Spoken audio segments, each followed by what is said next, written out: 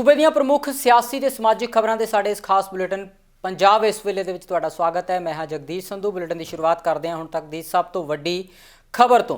बिक्रम सिंह मजीठिया श्रोमणी अकाली दल के सीनियर आगू ਨੂੰ पंजाब ਤੇ हरियाणा हाईकोर्ट ਵੱਲੋਂ ड्रग केस मामले ਦੇ ਵਿੱਚ अगाऊ जमानत दे दी गई है। बिक्रम सिंह मजीठिया ਵੱਲੋਂ इस मामले ਨੂੰ ਲੈ ਕੇ ਇਸ ਤੋਂ ਪਹਿਲਾਂ मोहाली की अदालत ਦੇ ਵਿੱਚ अगाऊ जमानत की अर्जी दर्ज की गई सी, जिस तो मोहाली की अदालत ने इस अर्जी ਨੂੰ रद्द कर दिता सी। उस तो बाद बिक्रम सिंह मजीठिया के वकीलों वालों हाई कोर्ट के विच अगाऊ जमानत की अर्जी पाई गई सी। इस अर्जी के मामले के उपर यह तीसरी सुनवाई सी। तीसरी सुनवाई के विच अदालत वालों मजीठिया ਨੂੰ अगाऊ जमानत दे दी गई है। इस तो पहला दूजी सुनवाई के विच अदालत वालों पंजाब सरकार तो नूं नोटिस जारी किया गया सी ते इस मामले ਨੂੰ ਲੈ ਕੇ हाई कोर्ट के विच मजीठिया की ਇਹ तीसरी सुनवाई सी। सो तीसरी सुनवाई के उपर विक्रम सिंह मजीठिया ਨੂੰ ਇਹ राहत मिली है। इस मामले ते इस तो पहला भी काफ़ी सियासत होंदी रही है। आम आदमी पार्टी होवे चाहे वो श्रोमणी अकाली दल होवे, इस मामले ਨੂੰ ਲੈ ਕੇ सियासी बयान लगातार जारी होंदे रहे ने। आम आदमी पार्टी वालों इल्ज़ाम लगाए जाते सन कि बिक्रम सिंह मजीठिया के खिलाफ ये मामला दर्ज किया गया पर सरकार वालों जानबूझ के गिरफ्तारी नहीं की जा रही। दूजे पासे श्रोमणी अकाली दल वालों सियासी बदलाखोरी के नीति के तहत ये FIR दर्ज करने के इल्ज़ाम सरकार के उपर लगाए जाते रहे ने ते हुण इस मामले दे विच पंजाब ते हरियाणा हाई कोर्ट वालों वड्डा फैसला आया। मजीठिया ਨੂੰ इस मामले दे विच राहत दे दी गई है। अगाऊ जमानत की अर्जी मंजूर कर ली गई है। सो हुण इस मामले ਨੂੰ ਲੈ ਕੇ परसों 11 बजे विक्रम सिंह मजीठिया ਜਾਂਚ ਦੇ ਵਿੱਚ सहयोग ਹੋਣ ਦੇਣਗੇ। ਜਾਂਚ ਟੀਮ ਦੇ ਅੱਗੇ ਪੇਸ਼ ਹੋ ਸਕਦੇ ਨੇ ਵਿਕਰਮ ਸਿੰਘ ਮਜੀਠੀਆ ਤੇ 18 ਤਰੀਕ ਨੂੰ ਇਸ ਮਾਮਲੇ ਦੀ ਅਗਲੀ ਸੁਣਵਾਈ ਰੱਖੀ ਗਈ ਹੈ।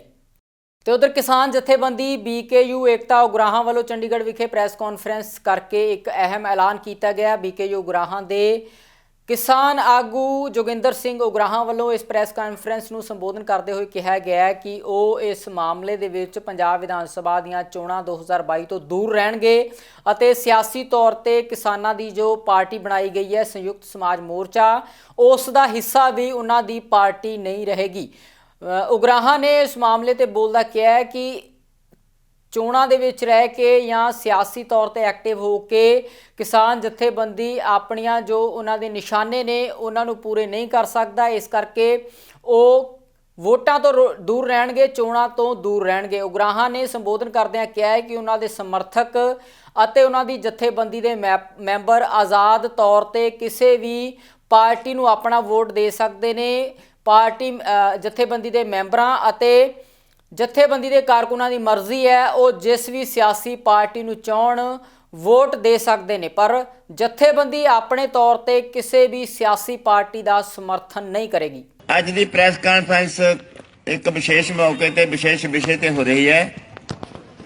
ਸਾਰੇ ਪ੍ਰੈਸ ਵਾਲੇ ਸਾਥੀਆਂ ਨੂੰ ਦੱਸਣਾ ਚਾਹੁੰਦੇ ਹਾਂ ਵੀ ਅੱਜ ਦੀ ਪ੍ਰੈਸ ਕਾਨਫਰੰਸ ਸਾਡੀ ਜਥੇਬੰਦੀ ਭਾਰਤੀ ਕਿਸਾਨ ਏਕਤਾ ਉਗਰਾਹਾਂ ਵੱਲੋਂ ਚੋਣਾਂ ਦੇ ਵਿਸ਼ੇ ਤੇ ਹੋ ਰਹੀ ਹੈ ਕਿ ਤੁਸੀਂ ਚੋਣਾਂ ਦੇ ਵਿੱਚ ਹਿੱਸਾ ਕਿਉਂ ਨਹੀਂ ਲੈਂਦੇ। ਬਾਰ-ਬਾਰ ਇਹ ਗੱਲ ਚਰਚਾ 'ਚ ਆਉਂਦੀ ਹੈ।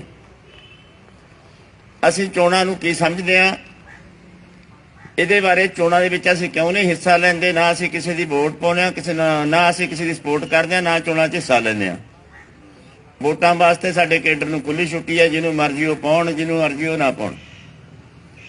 ਇਸ ਕਰਕੇ ਸਾਡੀ ਇਹ ਪੋਜੀਸ਼ਨ ਕਿਉਂ ਹੈ, ਇਸ ਹਾਲਤ ਦੇ ਵਿੱਚ ਅਸੀਂ ਸਮਝਦੇ ਹਾਂ ਵੀ ਜਿਹੜਾ ਸਾਡਾ ਦੇਸ਼ ਹੈ ਇਹ ਪੂਰੀ ਤਰ੍ਹਾਂ ਤੇ ਆਰਥਿਕ ਤੌਰ ਤੇ ਗੁਲਾਮ ਹੈ ਦੂਜੇ ਦੇਸ਼ਾਂ ਦਾ।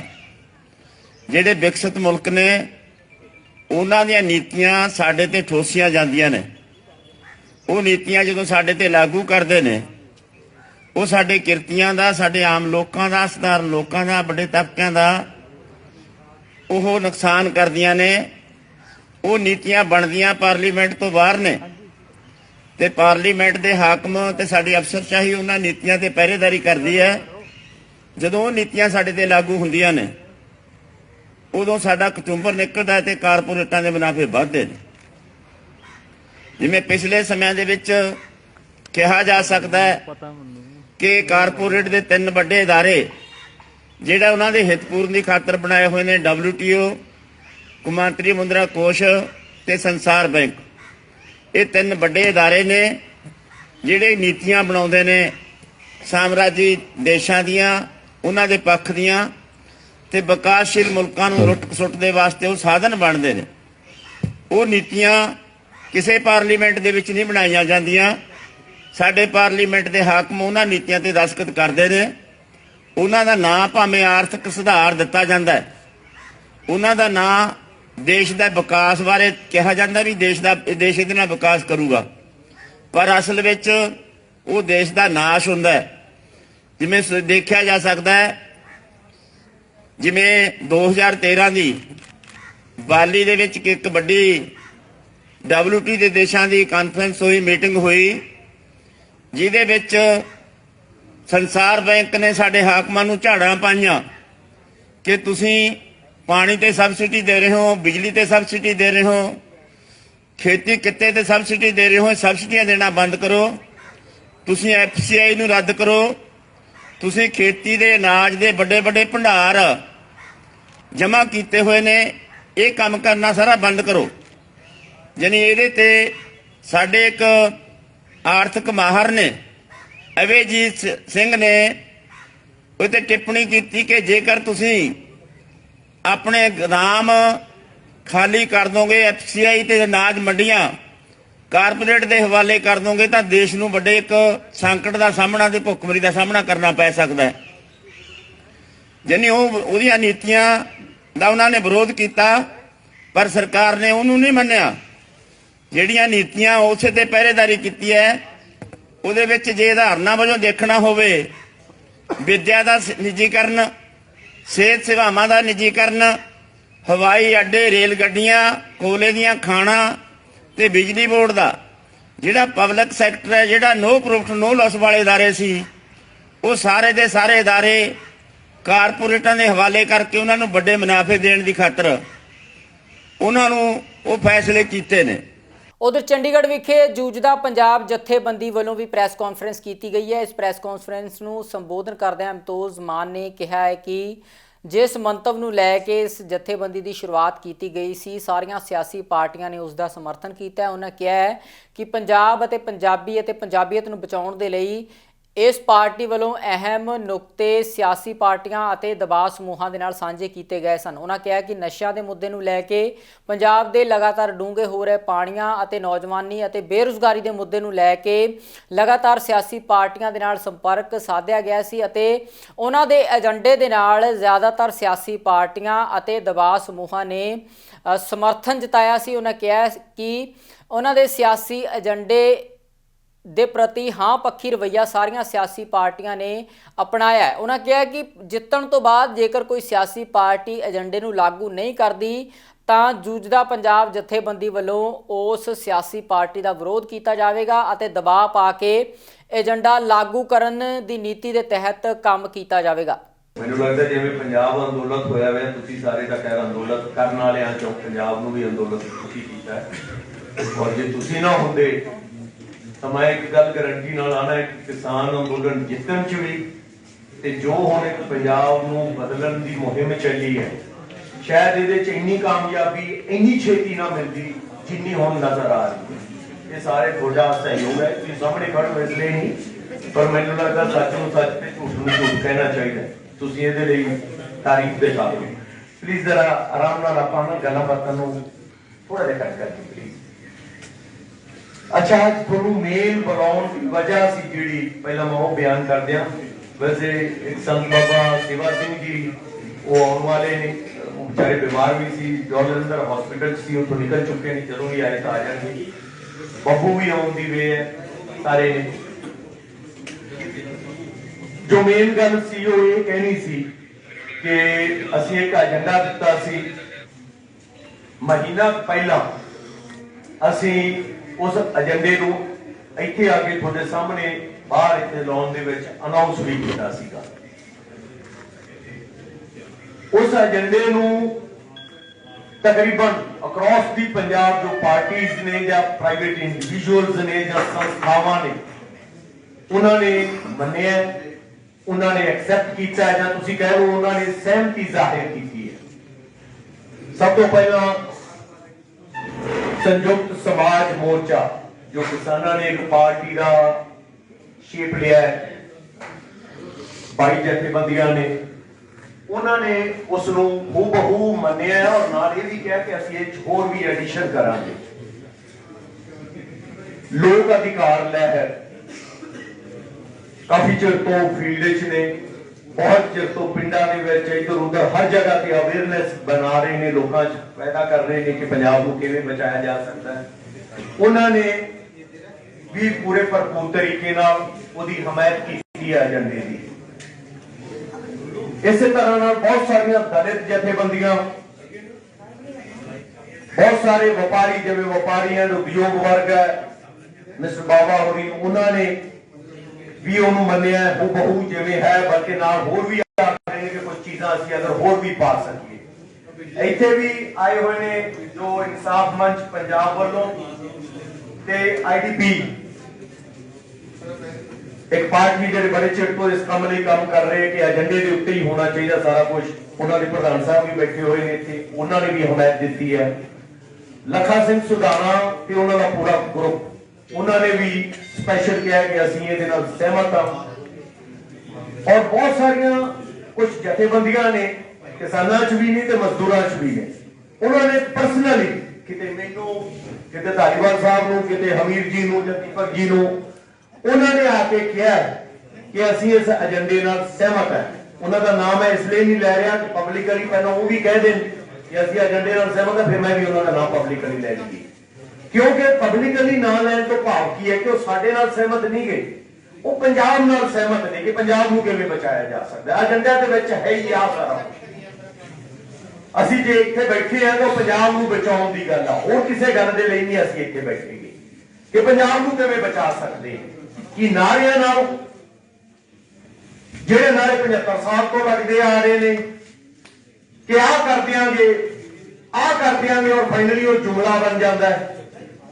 अज पंजाब मैं तुहानूं कहूंगा ICU नहीं, असीं फेल स्टेट के नेड़े आ, जिथे साडा रेवेन्यू टोटल जनरेशन 95,000 करोड़ होवे ते थोड़े ते लोन 4.5 लाख करोड़ का हो गया होवे, ओवरऑल डेफिसिट थोड़ा साल का 75,000 करोड़ का होवे तां असीं बाली दूर नहीं फेल स्टेट होण तो। ਕਿਸਾਨਾਂ ਦੀ ਪਾਰਟੀ ਸੰਯੁਕਤ ਕਿਸਾਨ ਮੋਰਚਾ ਵੱਲੋਂ ਬਣਾਈ ਗਈ ਵਿਧਾਨ ਸਭਾ ਚੋਣਾਂ 2022 ਲੜਨ ਦੇ ਲਈ ਜੋ ਪਾਰਟੀ ਬਣਾਈ ਗਈ ਹੈ ਸੰਯੁਕਤ ਸਮਾਜ ਮੋਰਚਾ, ਉਸ ਵੱਲੋਂ ਉਮੀਦਵਾਰਾਂ ਤੋਂ ਅਰਜ਼ੀਆਂ ਦੀ ਮੰਗ ਕੀਤੀ ਗਈ ਹੈ। ਲਗਾਤਾਰ ਉਮੀਦਵਾਰ ਇਸ ਪਾਰਟੀ ਦੇ ਉਮੀਦਵਾਰ ਬਣਨ ਦੇ ਲਈ ਅਰਜ਼ੀਆਂ ਦੇ ਰਹੇ ਨੇ। ਲੁਧਿਆਣਾ ਵਿਖੇ ਸੰਯੁਕਤ ਸਮਾਜ ਮੋਰਚਾ ਸਿਆਸੀ ਪਾਰਟੀ ਦਾ ਚੋਣ ਦਫ਼ਤਰ ਬਣਾਇਆ ਗਿਆ ਹੈ। ਇਸ ਚੋਣ ਦਫ਼ਤਰ ਦੇ ਵਿੱਚ ਲਗਾਤਾਰ ਉਮੀਦਵਾਰੀ ਦੇ ਲਈ ਅਰਜ਼ੀਆਂ ਆ ਰਹੀਆਂ ਨੇ। ਪਾਰਟੀ ਆਗੂ ਮੁਕੇਸ਼ ਚੰਦਰ ਸ਼ਰਮਾ ਨੇ ਇਸ ਬਾਬਤ ਜਾਣਕਾਰੀ ਦਿੱਤੀ ਹੈ। ਦੇਖੋ, ਸਭ ਤੋਂ ਪਹਿਲਾਂ ਤਾਂ ਦੇਖੋ ਜਿਹੜਾ ਕੋਈ ਆ ਰਿਹਾ ਹੈ ਸੰਯੁਕਤ ਸਮਾਜ ਮੋਰਚੇ ਦੀ ਸਪੋਰਟ ਤੇ, ਪਰ ਜਿਹੜੇ ਸੰਯੁਕਤ ਸਮਾਜ ਮੋਰਚੇ ਨੇ 117 ਕੈਂਡੀਡੇਟ ਦੇਣੇ ਆ ਉਹ ਬਿਲਕੁਲ ਸਾਫ਼ ਸੁਥਰੇ ਅਕਸ ਵਾਲੇ ਦੇਵਾਂਗੇ। ਉਹਦਾ ਪਿਛੋਕੜ ਦੇਖਿਆ ਜਾਊਗਾ। ਜੇ ਅੱਜ ਕੋਈ ਬੰਦਾ ਆਪਣੀ ਰਵਾਇਤੀ ਪਾਰਟੀ ਛੱਡ ਕੇ ਆ ਰਿਹਾ ਤਾਂ ਇਹਦਾ ਮਤਲਬ ਇਹ ਆ ਵੀ ਉਹ ਕੋਈ ਨਾ ਕੋਈ ਮੇਨ ਵਜ੍ਹਾ ਹੋਊਗੀ।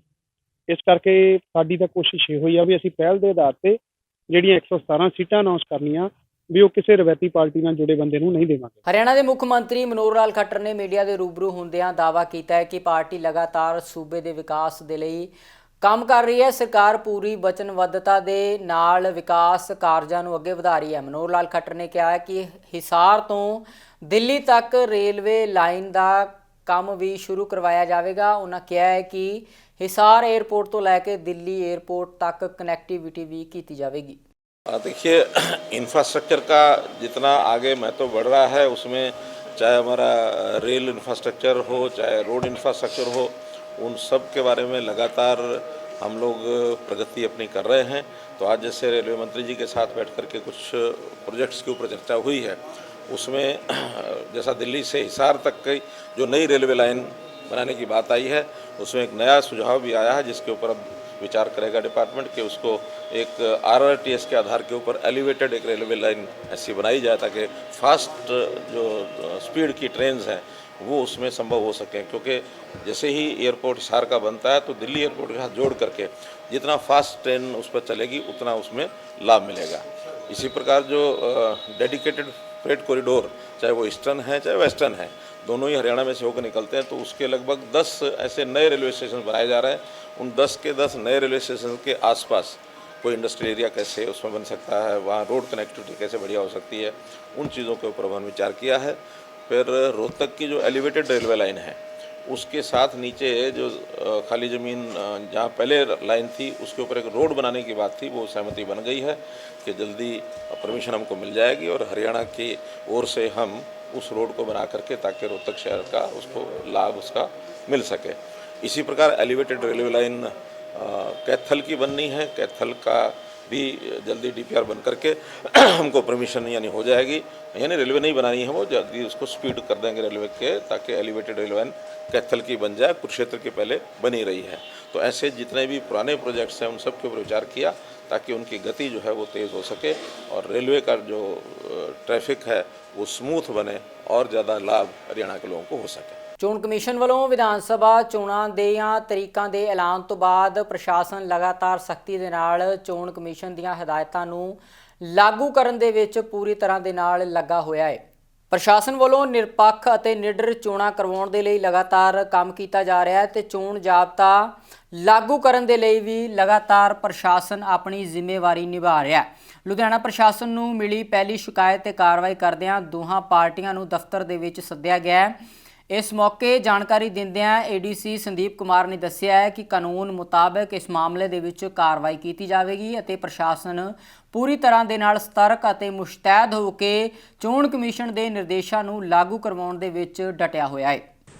इस बार जी कंप्लेंट्स जो रिसीव होना शुरू हो गई हैं, जैसे आपको पता ही है कि सैटरडे को 3:30 बजे मानयोग इलैक्शन कमीशन ऑफ इंडिया दी अनाउंसमेंट तो बाद model code of conduct has come into operation और उस तो बाद जो मेजर कंप्लेंट्स अभी रिसीव हुई हैं, जैसे कि पोस्टर किसी पार्टी के लगे हुए हैं without permission, that we have almost removed, but yes क्योंकि छोटे छोटे पोस्टर हैं समटाइम्स हिडन रह जाते हैं, तो that time is there, that is fixed by the election commission of India and in that timeline only we will remove all the posters.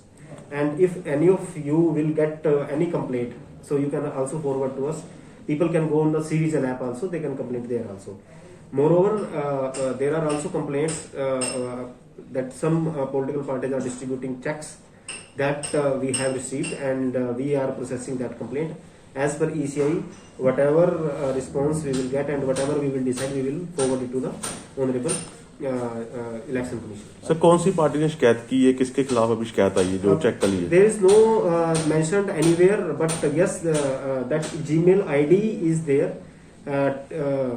PCL Ludhiana@gmail.com. We have received a complaint from that Gmail ID.